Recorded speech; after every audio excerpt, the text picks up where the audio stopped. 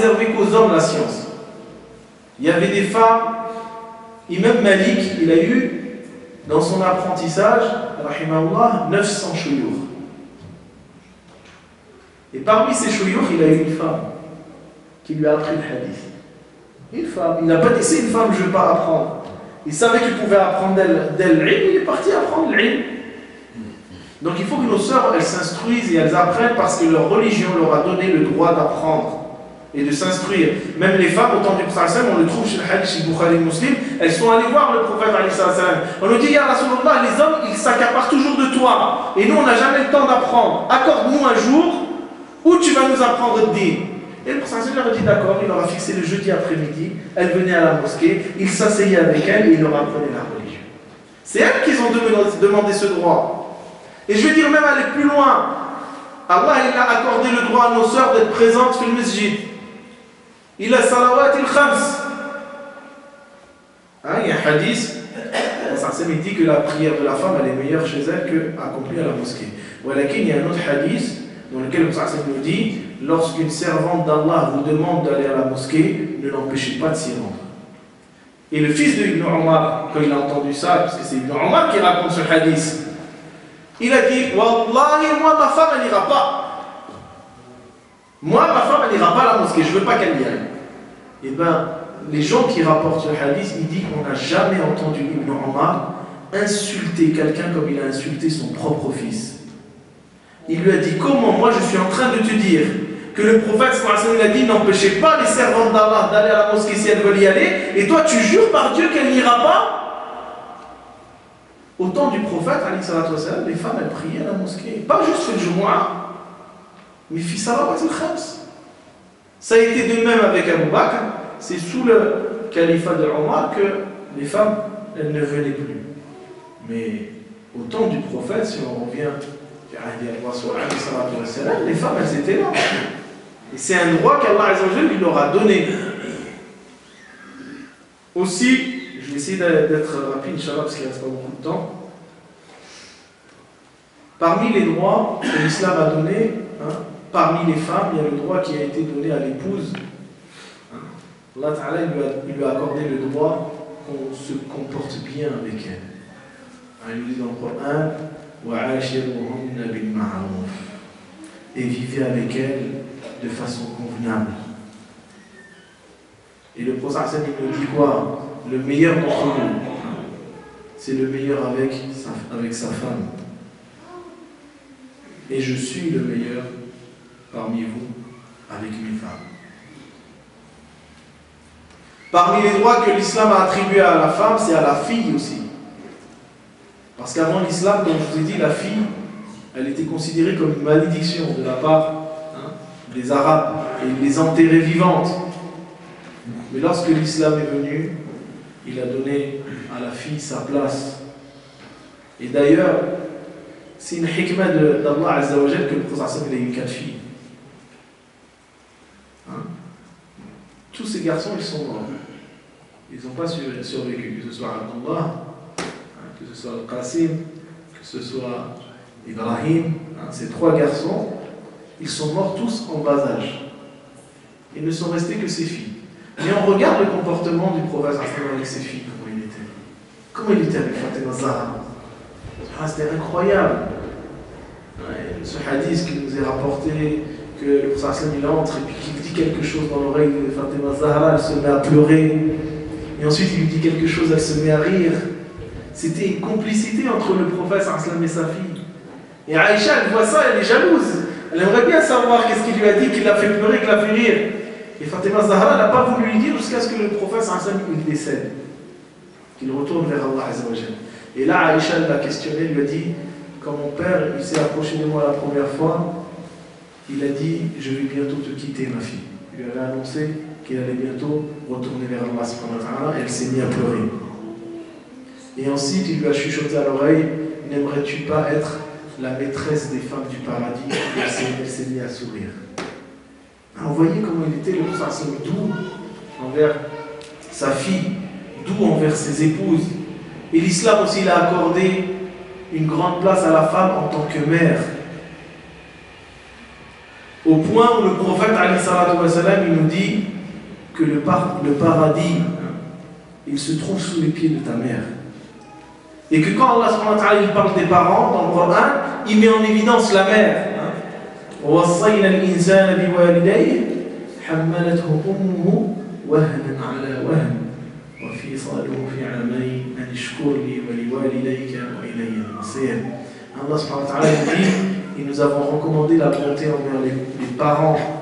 Et là il parle plus de la mère. Et la mère a subi la grossesse sans peine sur peine, et le sevrage a duré 2 ans. Donc sois reconnaissant envers moi et tes parents, et vers moi sera ton retour. Donc on voit bien qu'à partir de là, alhamdulillah, la place de la femme elle est grande en islam. On ne peut pas dire que la femme elle est diminuée. Au contraire, Allah Azza wa Jalla a donné la pleine mesure et la pleine valeur de la femme en islam, même dans la récompense. Qu'est-ce qu'il nous dit Allah Azza wa Jalla dans le Coran? إن المسلمين والمسلمات والمؤمنين والمؤمنات والقانتين والقانتات والصادقين والصادقات والصابرين والصابرات والخاشعين والخاشعات والمتصدقين والمتصدقات والصائمين والصائمات والحافظين فجورهم والحافظات والذاكرين الله كثيرا والذاكرات أعد الله لهم مغفرة. Même dans la récompense, Allah Ta'ala n'a pas fait de distinction entre les hommes et les femmes. Il nous dit dans le Coran, certes, les musulmans et les musulmanes, les croyants et les croyantes, les vertueux et les vertueuses, les véridiques et les femmes véridiques, les patients et les patientes, ceux qui se recueillent et celles qui se recueillent, ceux qui donnent au monde ainsi que celles qui le font, ceux qui ont préservé leur chasteté ainsi que celles qui l'ont fait, ainsi que les jeûneurs et les jeûneuses, et ceux qui évoquent Dieu fréquemment et celles qui évoquent Dieu fréquemment. Allah subhanahu wa ta'ala leur a préparé un grand pardon et une immense récompense. Il n'a pas dit juste les hommes et les femmes, pour qu'on comprenne que alhamdulillah, on doit être fier de notre religion qui a donné à toute chose son haqq. Parce que c'est une religion de haqq. C'est une religion d'équité, de l'adl. Et on ne doit pas avoir honte de notre religion. Aujourd'hui, on nous voit, oui, vous, vos femmes, regardez, vous les laissez à la maison. Mais pourquoi ils veulent que nos femmes elles sortent des maisons? Pour que nos enfants ils s'éduquent par eux. Parce que quand la femme elle va travailler, c'est qui s'occupe des enfants? C'est qui les éduque? C'est qui leur apprend le Coran? C'est qui va leur apprendre al-akhlaq? C'est qui va leur apprendre l'iman? L'éducation nationale. Et on sait ce que c'est l'iman de l'éducation nationale. Ton fils il va rentrer à la maison, il va te dire je descends d'un singe. J'ai le droit d'être une fille ou un garçon. Allahu Akbar. C'est pour ça que je dis à mes sœurs, je m'adresse à mes sœurs, Wallahi, le fait que vous soyez chez vous, que vous vous occupiez de vos familles, c'est la meilleure chose que vous puissiez faire, si vous pouvez. Parce que demain, quand les enfants ils seront éduqués, quand les enfants ce seront des gens de bien, et qui vont ordonner le bien, et qui vont repousser le blâmable, et bien on va dire quoi? C'est le fruit de l'éducation des mères. C'est pour ça que le prophète disait que les mamans sont l'école des enfants. Et c'est pas quelque chose d'humiliant que d'éduquer ses enfants, c'est le meilleur métier au monde. Nous, si on pouvait, on le ferait, voilà, on n'a pas votre capacité à le faire. Il faut qu'on le dise, mes frères. Hein? Tu nous laisses avec les enfants 1 heure, on se tire les cheveux. On n'arrive pas, on n'arrive pas à patienter avec les enfants. Alors que nos femmes, machallah, elles patientent, elles leur font à manger, elles les lavent, elles les éduquent, elles leur apprennent des bonnes choses. Il n'y a pas plus méritant que cela. Et en cela, mes sœurs, vous méritez les plus grands trésors.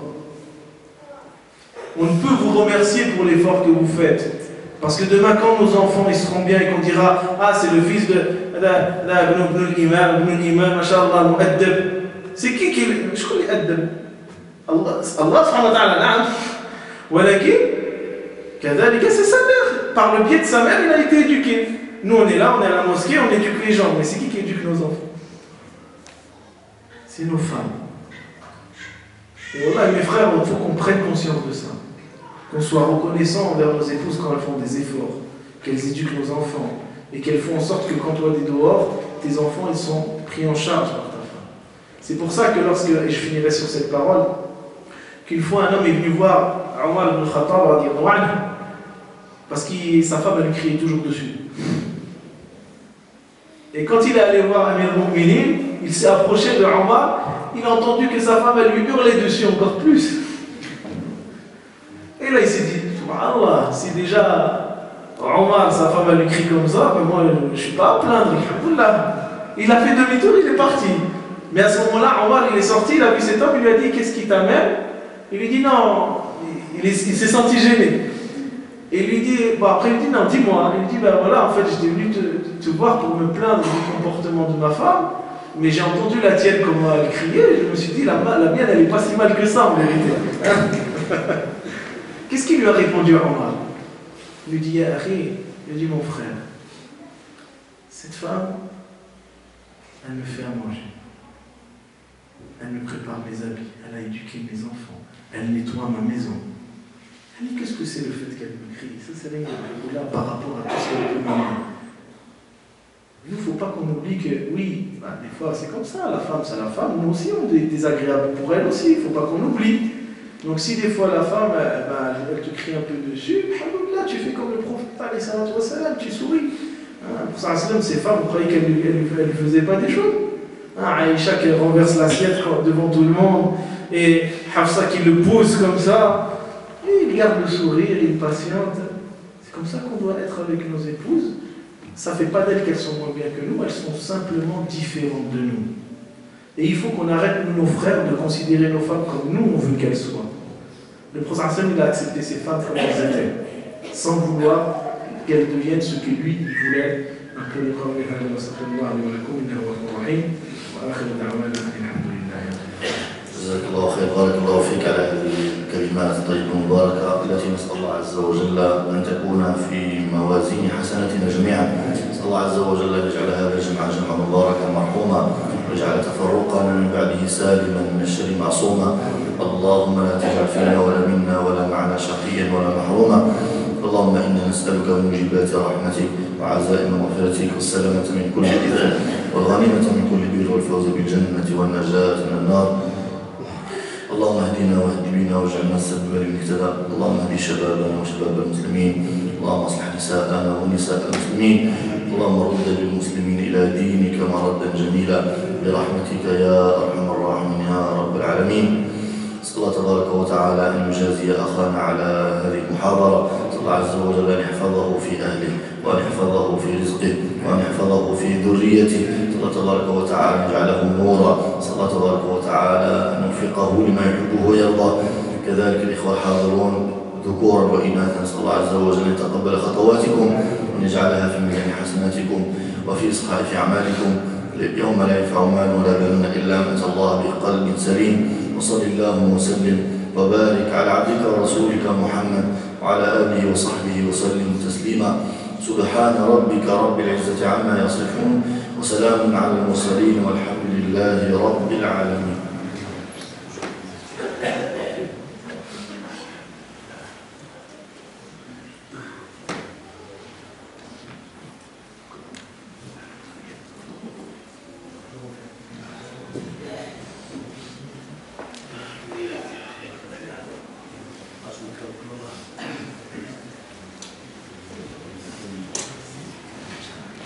Thank you.